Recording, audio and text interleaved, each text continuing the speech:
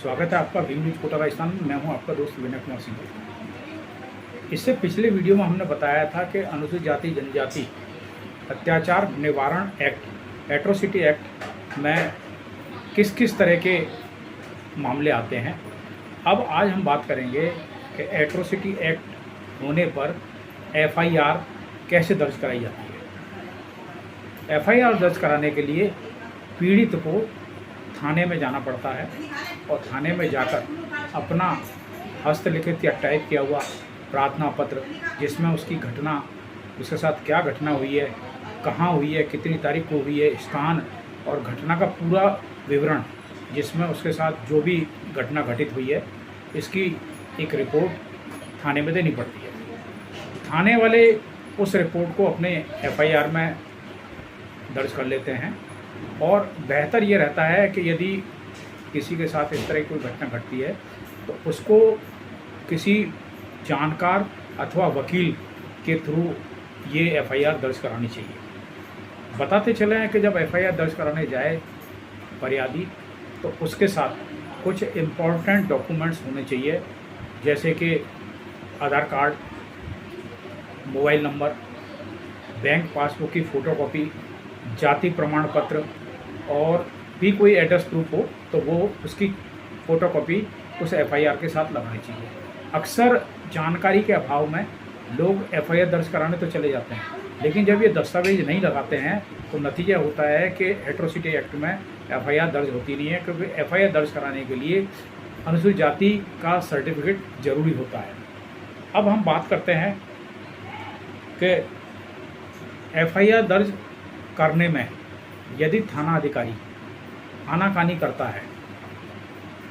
तो फिर इसमें एक तरीका ये होता है कि आप ऑनलाइन अपनी FIR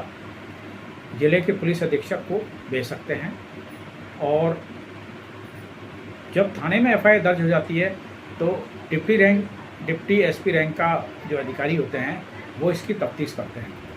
उनको 60 दिन के अंदर अंदर तफ्तीश करके कोर्ट में चालान पेश करना पड़ता है। लेकिन कोई परिस्थिति ऐसी हो जाए कि वो 60 दिन में चालान पेश नहीं कर पाते हैं तो उसे कोर्ट को इसका स्पष्टीकरण देना पड़ता है कि ये इतना डिले कैसे हुआ। बताते चलें कि जब FIR दर्ज होती है तो उसकी FIR की जो एक कॉपी होती है वो फरियादी को थाना अधिकारी को देना लाजमी होता है, और यदि फरियादी अपने हस्तलिखित FIR लेके जाता है तो उसकी जो डुप्लीकेट कॉपी होती है उस पर उसको रिसीव देना बहुत ज़रूरी होता है। समय 60 दिन इंतज़ार करने के बाद यदि उस FIR पर कार्रवाई नहीं होती है तो वो जो एप्लीकेशन है जो फरियादी ने हाथ से लिखकर या टाइप करके अपने साइन शुदा थाने में दी है, उसी की कॉपी लेकर आप जो भी फरियादी है उस पर नीचे विवरण लिख दें कि मैंने इस तारीख को ये मेरी गुहार की थी और लेकिन अभी तक इसका कोई कार्रवाई नहीं हुई, और इसकी ये कॉपियां हैं वो SP को, DM को, राज्य के DG पुलिस को, मुख्यमंत्री को, राज्य अनुसूचित जाति आयोग को, राज्य मानवाधिकार आयोग को के साथ national commission for scheduled caste, राष्ट्रीय अनुसूचित जाति आयोग को और प्रधानमंत्री कार्यालय में, इस सब जगह वो जो कॉपी है वो कॉपी भेज सकता है। निश्चित मान के चलो इस पर कार्रवाई होती है। और यदि फिर भी ऐसा लगता है कि डिप्टी 60 दिन में अपनी जांच पूरी नहीं कर रहा है तो नतीजा ये होता है कि 60 दिन बाद उस डिप्टी के खिलाफ भी कोर्ट में डायरेक्ट मुकदमा दर्ज करवाया जा सकता है।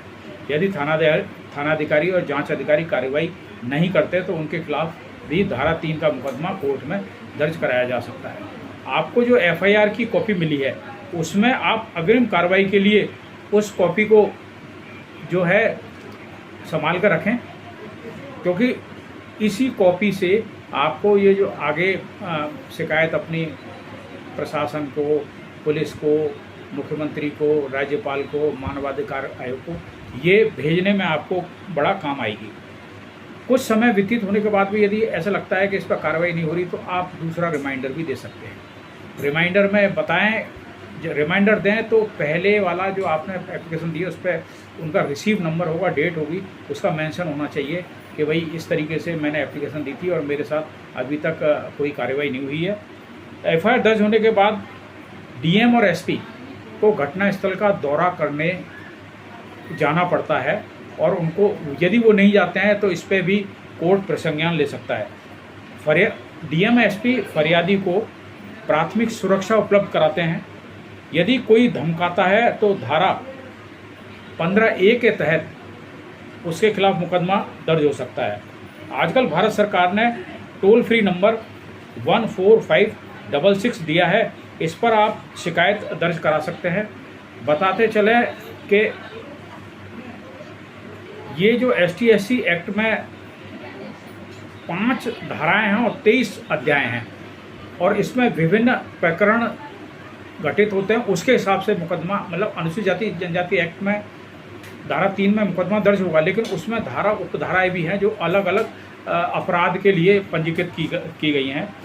अब इसमें जैसे उदाहरण के तौर पे यदि कोई अनुसूचित जाति जनजाति के व्यक्ति का रास्ता रोकता है तो धारा 122 के तहत उस पर मुकदमा कायम होगा। यदि गाली देता है, धमकाता है तो 154 के तहत मुकदमा कायम होगा। यदि जाति सूचक शब्द बोलता है तो धारा 3(1)(10) में 6 माह की सजा और 500 रुपये जुर्माने का मुकदमा कायम होता है। तो बताते चलें कि अनुसूचित जाति जनजाति एक्ट में इस वर्ग को बचाने के प्रावधान तो बहुत हैं, लेकिन इसको इम्प्लीमेंट करने वाली बात है और इम्प्लीमेंट कराने के लिए खुद को सचेत रहना बहुत ज़रूरी है। बता दें कि ये जैसे अभी भारत सरकार के सामाजिक न्याय और अधिकारिता मंत्रालय ने एक ये हेल्पलाइन नंबर जारी किया है जो टोल फ्री नंबर है 14566। यह भारत सरकार ने ऐसे प्रकरण जिसमें फरियादी अपराधियों के दबाव में गांव से या शहर से या घर से नहीं निकल सकता तो वो अपने मोबाइल पर इस टोल फ्री नंबर से बात करके अपनी शिकायत दर्ज करा सकता है और ये टोल फ्री नंबर 24 घंटे चालू रहता है। हिंदी अंग्रेजी के अलावा क्षेत्रीय भाषाओं में भी इस पर एफआईआर या अपनी जानकारी दर्ज कराई जा सकती है। बताते चलें कि जब इस पर आप अपनी शिकायत दर्ज कराएंगे तो आपको एक डॉकेट नंबर मिलेगा। उस डॉकेट नंबर को आप संभाल कर रखिए। जब आप दोबारा इस नंबर पर बात करेंगे तो उस डॉकेट नंबर का हवाला देख के आपको ये पता लग जाएगा कि आपकी शिकायत का निस्तारण किस स्तर पर है या कहाँ जांच लंबित है। इससे ये इस वर्ग को अत्याचारों से छुटकारा मिलने में भी बहुत अच्छी सुविधा है। अब हम आपसे बात करते हैं, बताते हैं कि किस अपराध में जो फरियादी होता है या पीड़ित होता है उसको क्या लाभ मिलता है। राजस्थान में अनुसूचित जाति जनजाति अत्याचार निवारण अधिनियम के तहत आर्थिक सहायता उपलब्ध कराई जाती है और इसमें किस प्रकरण में क्या सहायता उपलब्ध कराई जाती है इसका हम आपको विवरण दे रहे हैं। वीडियो थोड़ा लंबा होने वाला है लेकिन जानकारी वाला है, आप प्लीज़ बने रहिए हमारे साथ। SC/SC एक्ट की धारा 3 में विभिन्न प्रावधान हैं। इसमें पहला है घृणाजनक पदार्थ खिलाने पर फरियादी को 1 लाख रुपए की राशि मिलती है, जिसमें 25% एफआईआर दर्ज करते समय, 50% चालान पेश करते समय और 25% शेष राशि बाद में मिलती है। घृणाजनक पदार्थ इकट्ठा करवाना यानी अपशिष्ट, मैला ढुलवाना वगैरह, ऐसे में भी 1 लाख की सहायता राशि है, जिसमें एफआईआर के टाइम पर 10% और चालान पेश करने पर 50% और लास्ट में 2 सिद्ध होने पर 40% यानी 1 लाख रुपए की राशि मिलती है। अपमानित करने के लिए घृणाजनक पदार्थ इकट्ठा करवाना, इसमें भी 10% राशि एफआईआर पर, 50% राशि चालान पेश करने पर और 2 सिद्ध होने पर 40% राशि मिलती है, यानी 1 लाख रुपया मिलता है। नग्न घुमाना या जूते की माला पहनाने वाले केस में 25% राशि एफआईआर दर्ज होने पर, 50% राशि चालान पेश होने पर और 25% राशि 2 सिद्ध होने पर यानी 1 लाख रुपए की राशि मिलती है। बलपूर्वक कपड़े उतरवाना, सिर मुड़वाना, मूछें हटाना, ऐसे केसेस में 25% राशि एफआईआर दर्ज होने पर, 50% राशि चालान पेश होने पर, 25% राशि 2 सिद्ध होने पर यानी 1 लाख रुपए मिलते हैं। भूमि को सदोष अधिभोग करना यानी यदि कोई अनुसूचित जाति के व्यक्ति की ज़मीन को ज़बरदस्ती कब्जा कर लेता है तो ऐसे केसेस में एफआईआर दर्ज होने पर 25%, चालान पेश होने पर 50%, दोष सिद्ध होने पर 25%, कुल 1 लाख रुपए की राशि फरियादी को मिलती है।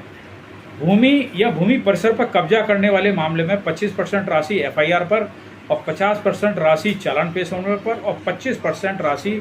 दोष सिद्ध होने पर यानी 1 लाख रुपए मिलते हैं। बेकार बधुआ मजदूरी करवाना, मानव पशु की अंत्येष्टि और कब्र खोदने के लिए मजबूर करना,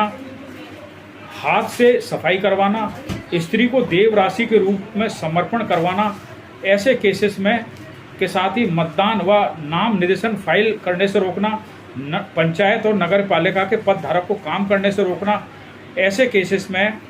जो पहले 3 केस हैं इसमें 25% राशि एफआईआर पर, 50% राशि चालान पेश करने पर और 25% राशि दोष सिद्ध होने पर 1 लाख रुपए मिलते हैं। मतदान वाले मामले में पंचायत और नगर पालिका के पद धारक यानी अनुसूचित जाति का कोई सरपंच है तो उसको कार्य करने से रोकने के लिए यदि कोई जबरन रोकता है तो 25% राशि उसको एफआईआर पे, 50% राशि उसको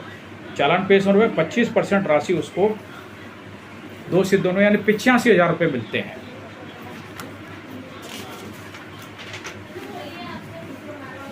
मतदान के पश्चात हिंसा व व्यक्ति का सामाजिक आर्थिक बहिष्कार करने पर 25% राशि एफआईआर पर, 50% राशि चालान पेश करने पर, 25% राशि दोष सिद्ध होने पर यानी 85,000 रुपये मिलते हैं। इसी प्रकार किसी अभ्यर्थी कैंडिडेट के लिए वोट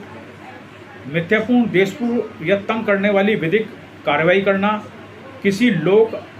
सेवक को मिथ्या सूचना देना, सार्वजनिक स्थान पर अपमान जानबूझकर करना, इन मामलों में 25% राशि एफआईआर पर, 50% राशि चालान पेश होने पर, 25% राशि दोष सिद्ध होने पर 85,000 रुपये मिलते हैं। सार्वजनिक स्थान पर जानबूझकर अपमान करना, सार्वजनिक स्थान पर जाति के नाम से गाली गलौज करना, अपमान करना के साथ धार्मिक या श्रद्धा से माने जाने वाले किसी को नष्ट करना, शत्रुता, घृणा, वैमनस्य से बढ़ाना, दिवंगत व्यक्ति का अनादर करना, किसी स्त्री को जानबूझकर छूना या लैंगिक उत्पीड़न करना।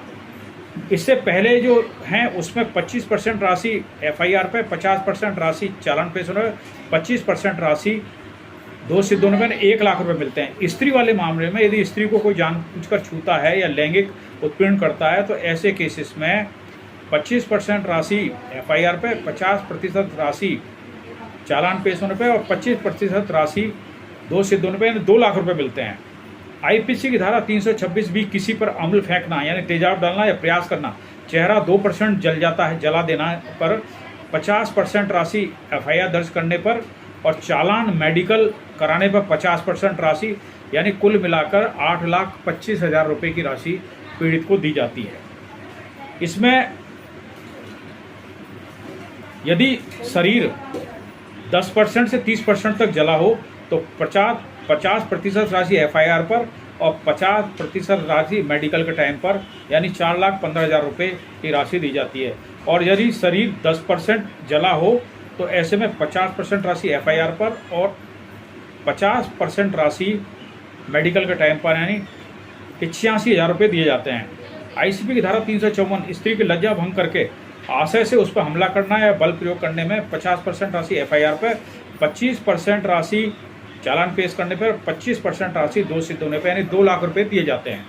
इसी तरीके से आईपीसी की धारा 354 लैंगिक उत्पीड़न सेक्सुअल हरेसमेंट के मामले में 50% राशि एफआईआर पर, 25% राशि चालान पेश करने पर और 25% राशि यानी 2 लाख रुपए दिए जाते हैं। आईपीसी की धारा 354 ख निवस्त्र करने हेतु स्त्री पर हमला करने पर 50% राशि एफआईआर दर्ज करने पर, 25% राशि चालान पेश करने पर और 25% राशि दोष सिद्ध होने पर 2 लाख रुपए दिए जाते हैं। आईपीसी की धारा 354 ग दृश्यकारिता के संबंध में एफआईआर दर्ज करने पर 10% और चालान पेश होने पर 50% और दोष सिद्ध होने पर 40% यानी 2 लाख रुपए की राशि दी जाती है। आईपीसी की धारा 354 ग किसी का पीछा करना बद नियत से ऐसे केसों में 10% राशि FIR पर, 50% राशि चालान पेश करने पर, 40% राशि 2 से 2 रुपये यानी 2 लाख रुपए मिलते हैं। IPC की धारा 376 ख बी, पति द्वारा पत्नी से अलग होने के बावजूद संबंध बनाना, ये ST/SC एक्ट में ये भी एक अपराध है कि यदि किसी हस्बैंड वाइफ में तलाक हो गया है और उसके बाद भी यदि हस्बैंड ज़बरदस्ती उसके साथ बलात्कार करता है तो 10% राशि उसको FIR पर और 50% राशि उसको चालान पेश करने पर और 40% राशि उसको अपराध सिद्ध होने पर 2 लाख रुपए राशि मिलती है। IPC की धारा ग, जबरदस्ती सेक्स करने पर 50% राशि FIR पर, 25% राशि चालान पेश होने पर और 25% राशि 2 से 2 रुपये यानी 4 लाख रुपए मिलते हैं। IPC की धारा 509 शब्द अंग विक्षेप या कार्य से महिला का अनादर करना, ऐसे केसेस में 25% राशि FIR पर, 50% राशि चालान पेश होने पर, 25% राशि 2 से 2 रुपये यानी 2 लाख रुपए मिलते हैं। यदि जल को कोई दूषित करता है यानी अनुसूचित जाति जनजाति के व्यक्ति के जल स्रोत हैं, कुआं है, बावड़ी है, उसमें मरे हुए पशु को डाल देता है या ये मान के चलिए इसमें अपशिष्ट पदार्थ मिला देता है, तो ऐसे केसेस में सरकार सफाई करके उसको पानी उपलब्ध कराएगी और 8,25,000 रुपये की राशि पीड़ित को मुहैया कराई जाएगी। गांव, घर, निवास को छोड़ने पर मजबूर करने के लिए, ऐसे में यदि कोई ज़बरदस्ती किसी के गांव को या घर को छोड़ने के लिए मजबूर करता है, बस्ती से बेदखल करता है, तो ऐसे केसेस में 25% राशि FIR पर, 50% राशि चालान पेश करने पर, 25% राशि 2 से 2 पर 4.5 लाख रुपए की राशि मिलती है। घर, गांव, निवास को छोड़ने और मजबूर करने के अलावा सामान्य संपत्ति, कब्रिस्तान, शमशान, नदी, तालाब, कुआं, नल, लोक परिवहन, आम रास्तों के उपयोग करने पर रोकने पर भी 1 लाख रुपए की राशि दी जाती है, जिसमें पहले स्टेज पर 25%, दूसरे स्टेज पर 50%, तीसरे स्टेज पर 25% राशि दी जाती है। आगे बताते चले कि किसी शैक्षणिक संस्थान, अस्पताल, दुकान, सार्वजनिक स्थल को उपयोग करने से रोकना व बर्तन वस्तुओं को उपयोग करने से रोकना के साथ कोई व्यवसाय, कारोबार नियोजन करने से रोकना, डायन या जादू टोना करने के नाम पर शारीरिक और मानसिक क्षति पहुंचाना के साथ यदि ऐसे केसेस आते हैं तो इसमें 25% राशि FIR पर, 50% राशि चालान पेश करने पर, 25% राशि 2 से 2 पर यानी 1 लाख रुपए की राशि मिलती है। सामाजिक और आर्थिक बहिष्कार करने की धमकी देने पर सीधे एप्लीकेशन लगाने के बाद 100% राशि चालान पेश करने पर 1 लाख रुपए की राशि फरियादी को मिलती है। दलित के खिलाफ मिथ्या साक्ष्य देना या गढ़ना, इसमें 25% राशि FIR पर, 50% राशि चालान पेश करने पर और 25% राशि 2 से 2 पर 4.5 लाख रुपए की अनुदान सहायता सरकार द्वारा मिलती है। भारतीय दंड संहिता के आधार के अपराध 10 वर्ष या इससे अधिक सजा पाने वाले के केस में 25% राशि, यानी यहाँ हम ये बताते चले हैं कि यदि कोई व्यक्ति ने अनुसूचित जाति जनजाति पर अत्याचार के तहत ऐसा अपराध किया है जिसकी सज़ा 10 वर्ष या 10 वर्ष से अधिक है, इसमें बलात्कार और मर्डर ये आता है, तो ऐसे केसेस में 25% राशि चालान पेश करने पर 25% राशि FIR पर, 50% चालान पेश करने पर और 25% 2 से 2 पर 4 लाख रुपए की राशि मिलती है। इसके अलावा निःशक्त होने पर, यानी कोई किसी के साथ अनुसूचित जाति जनजाति व्यक्ति के साथ हथियार से हमला करता है और वो यदि 100% निःशक्त हो जाता है, यानी उसके मान के चलो दोनों पैर कट जाते हैं, दोनों हाथ कट जाते हैं या वो अपने दैनिक उपयोग के कार्य करने योग्य नहीं रहता है, तो ऐसे केसेस में 50% राशि चालान पेश करने पर और 50% राशि 2 से 2 पर 8.25 लाख रुपए की आर्थिक सहायता उसको दी जाती है। इसी तरीके से 50% से अधिक अंग भंग हो जाए या निःशक्त हो जाए और 50% से अधिक यदि अंग भंग होता है तो उसको 4.5 लाख रुपए दिए जाते हैं चालान पेश करने पर 50% और 2 से 2 पर 50%। इसमें बताते चला कि FIR दर्ज करने वाला मामला नहीं है, क्योंकि यदि हेटेरोसिटी के तहत मुकदमा दर्ज होता है तो नेचुरली है कि उसका मेडिकल होगा तो जब अंग भंग हुआ है तो सीधे सीधे मेडिकल की रिपोर्ट पे उसको चालान पेश करना पड़ता है डिप्टी को, और उसको 50% राशि फरियादी को मिलती है। बताते चले कि हत्या के केस में या सामूहिक बलात्कार के केस में आईपीसी की धारा 375 आईपीसी के तहत 50% राशि एफआईआर दर्ज करने पर, 25% राशि चालान पेश करने पर और 25% राशि दोषी दोनों में 5 लाख रुपए मिलते हैं। और सामूहिक बलात्कार वाले मामले में 50% राशि एफआईआर दर्ज होने पर, 25% राशि चालान पेश करने पर, 25% राशि दोष सिद्ध होने पर 8.25 लाख रुपए की सहायता दी जाती है। हत्या या मृत्यु के केस में सीधे सीधे 50% राशि चालान पेश करने पर और 50% राशि दोष सिद्ध होने पर 8.25 लाख रुपए की सहायता दी जाती है। हत्या, सामूहिक मृत्यु,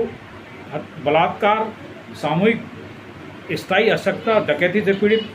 इनके लिए अतिरिक्त सहायता का प्रावधान है। सरकार मृतक के परिवार को 5,000 रुपये प्रतिमाह पेंशन, महंगाई भत्ता, रोजगार, कृषि भूमि, घर देना, बच्चों की पूरी सुरक्षा, शिक्षा की व्यवस्था, बर्तन, चावल, गेहूं, दाल आदि 3 महीने की पूर्ण व्यवस्था करना सरकार का दायित्व होता है। और घरों के पूर्ण नष्ट करने पर पक्के घरों का निर्माण व अन्य आवश्यक सहायता उपलब्ध कराना भी सरकार का दायित्व होता है। आगे बताते चले कि पीड़ितों को, आश्रितों को यात्रा भत्ता, दैनिक भत्ता, भरण पोषण भत्ता, परिवहन सुविधा देने का नियम है, जो अलग अलग मुकदमों की प्रकृति के अनुसार दिया जाता है। जैसे किसी व्यक्ति के साथ गांव में जुल्म हुआ है और उसको तारीखों पे कोर्ट आना पड़ता है और गांव वहां से दूर है, तो उसके आने जाने का किराया और भत्ता ये सरकार देगी, ये ऐसा कानून में लिखा है। अब डिपेंड करता है, कानून तो बहुत बन गए हैं इस वर्ग को बचाने के, लेकिन कानूनों का सही से इम्प्लीमेंटेशन कैसे किया जाए, इसमें जानकारी की कमी के कारण ही ये स्थिति आती है कि जो दोषी होते हैं बच जाते हैं। एक बात और बताते चलें कि धारा 3 का मुकदमा यदि वास्तव में किसी के साथ दुर्व्यवहार होता है तो होना चाहिए, लेकिन कुछ लोगों ने जरा सी बात पर धारा 3 का मुकदमा दर्ज कराने का एक चलन सा बना लिया है, या धमकी देते हैं, खुद गलत काम करते हैं फिर कहते हैं कि धारा 3 का मुकदमा लगा दूंगा। तो आदमी को अपने मूल अधिकारों और नीति निर्देशक तत्व और कर्तव्यों का पालन भी करना चाहिए। यदि मान लो यदि कोई अनुसूचित जाति का व्यक्ति है, किसी फैक्ट्री में काम कर रहा है और यदि उसको अन्य मजदूरों की तरह उसको काम करने के लिए समय, वेतन निश्चित किया है, तो उसको उसका काम करना पड़ेगा। वो ये नहीं कह सकता कि मैं मालिक के ऊपर धारा 3 का मुकदमा लगा दूंगा। इन चीज़ों से भी थोड़ा सा अवेयर होना चाहिए। हमारे द्वारा दी गई जानकारी आपको कैसी लगी, देखते रहिए। भीम न्यूज़ कोटा आपका अपना चैनल है,